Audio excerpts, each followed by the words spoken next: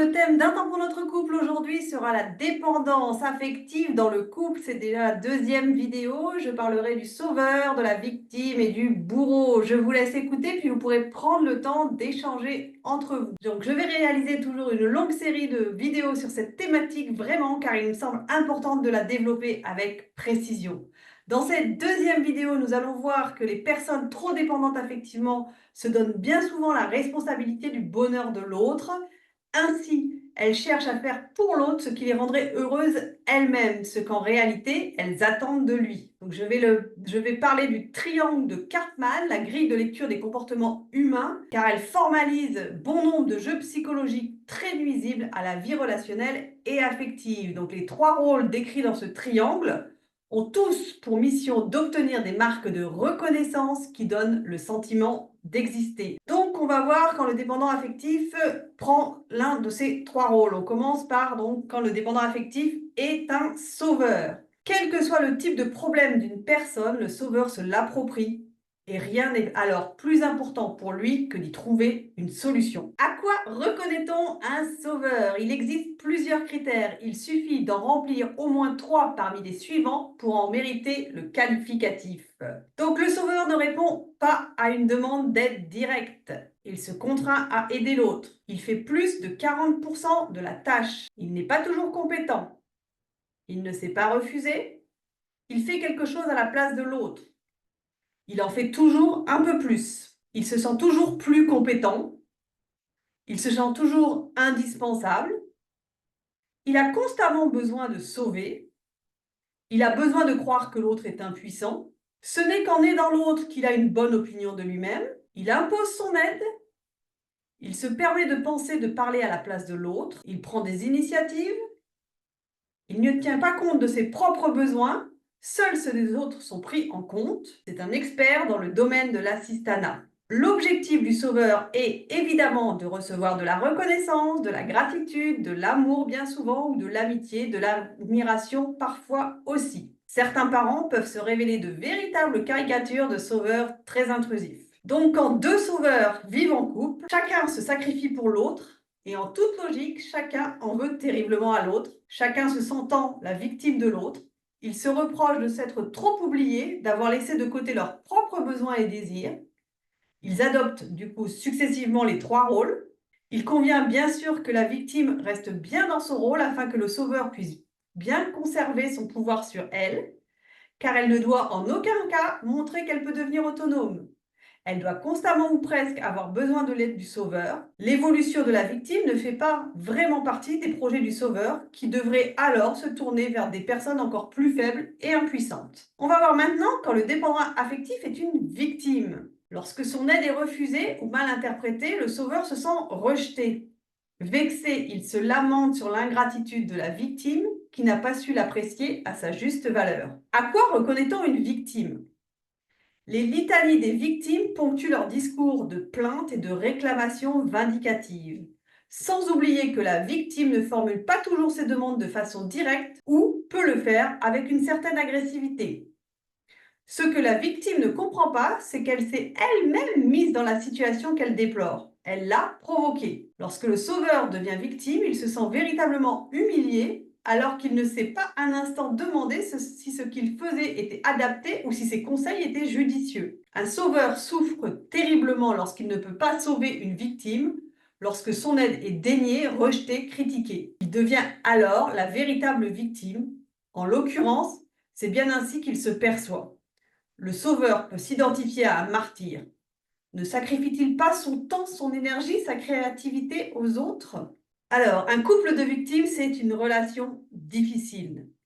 N'ayant pas beaucoup existé aux yeux de leurs parents, les victimes ne se sont pas construit une bonne image d'eux-mêmes et ont souvent été parentifiées très tôt. Persuadées que leur souffrance passée leur donne le droit de tout exiger de l'autre, les victimes accumulent rapidement les déceptions et les rancunes. Chacun a les sentiments de faire beaucoup de concessions et d'avoir changé de vie pour l'autre, et trouve que cet autre ne fait aucun effort. Ils sont souvent dans la peur et ne savent pas si l'autre va rester. Après avoir été dans leur rôle de victime, puis de sauveur, ils peuvent devenir des bourreaux l'un pour l'autre. Alors on voit maintenant que le dépendant affectif est un bourreau. Ce sont ces allers-retours du sauveur à la victime qui peuvent rendre le sauveur de plus en plus irascible et tyrannique, particulièrement apte au chantage affectif. Il est fréquent qu'un sauveur soit rabroué sans que pour autant il se pose les bonnes questions. En bonne victime, c'est toujours l'autre qui a tort. L'autre, c'est sa victime qui, en quelques brefs instants, devenu son pire bourreau, qui le persécute. Quand on lui reproche d'avoir été trop loin, il se défend en arguant qu'il a le droit d'aider ceux qu'il aime, que c'est même son devoir, quitte à se montrer intrusif et gênant. Ainsi, lorsque la victime s'émancipe en se libérant de sa tutelle, le sauveur risque bien de se transformer en bourreau, en persécuteur. La victime, qui n'en est plus une, se détourne de lui pour cause de tyrannie et d'intrusion massive dans sa vie.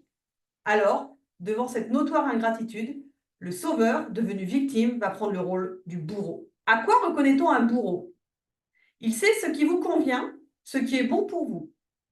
Il ne cherche vraiment pas à vous séduire pour vous en convaincre. Il vous assène sa façon de voir avec force et autorité. Son discours s'accompagne de critiques. Il ne vous écoute pas, ne tient aucun compte de vos propos, de vos arguments et encore moins de vos émotions qui ne le concernent en rien. Il communique avec la colère ou sous forme de leçons de morale très critiques. Il désire conserver le contrôle de vos actes, mais aussi de vos pensées. C'est lui qui commande, un point c'est tout. Il vous assène ses arguments sans attendre de réplique. Il se montre sévère, dur et tranchant, et donc dévalorisant. L'ensemble de ce comportement non verbal ne vous laisse aucun autre choix que de vous taire. Il est très facile de passer du rôle de sauveur à celui du bourreau. Il suffit d'avoir le sentiment d'avoir trop longtemps malmené ses propres désirs ou envies, d'en avoir beaucoup ou trop fait pour quelqu'un, d'avoir l'impression d'avoir été utilisé, exploité et harcelé par des demandes incessantes. Un couple de bourreaux, donc c'est plutôt une relation en péril. Le bourreau exprime très clairement, par ses mimiques et ses attitudes, une grande colère qu'il n'exprime pas toujours. Il serait bien trop dangereux pour le sauveur d'exposer cette colère au grand jour. L'équation est d'une grande logique.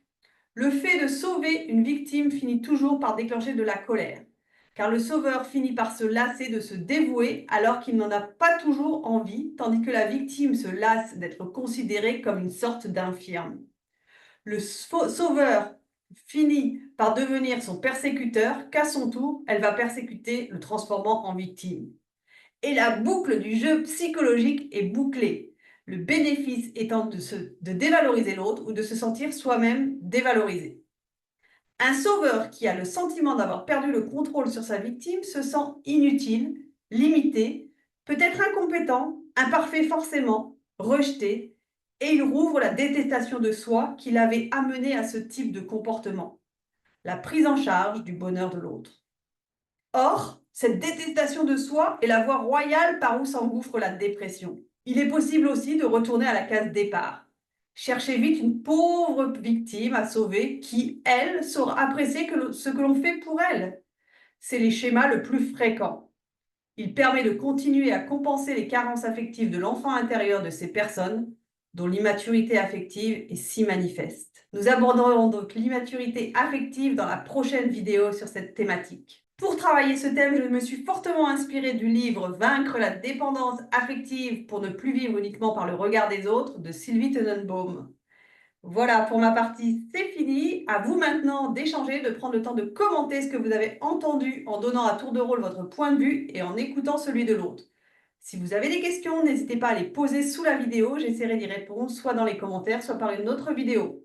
C'était Un temps pour notre couple avec Sophie Caldier, thérapeute de couple, psychologue clinicienne et sexothérapeute. Je vous souhaite une belle journée et je vous dis à très bientôt pour de nouveaux sujets.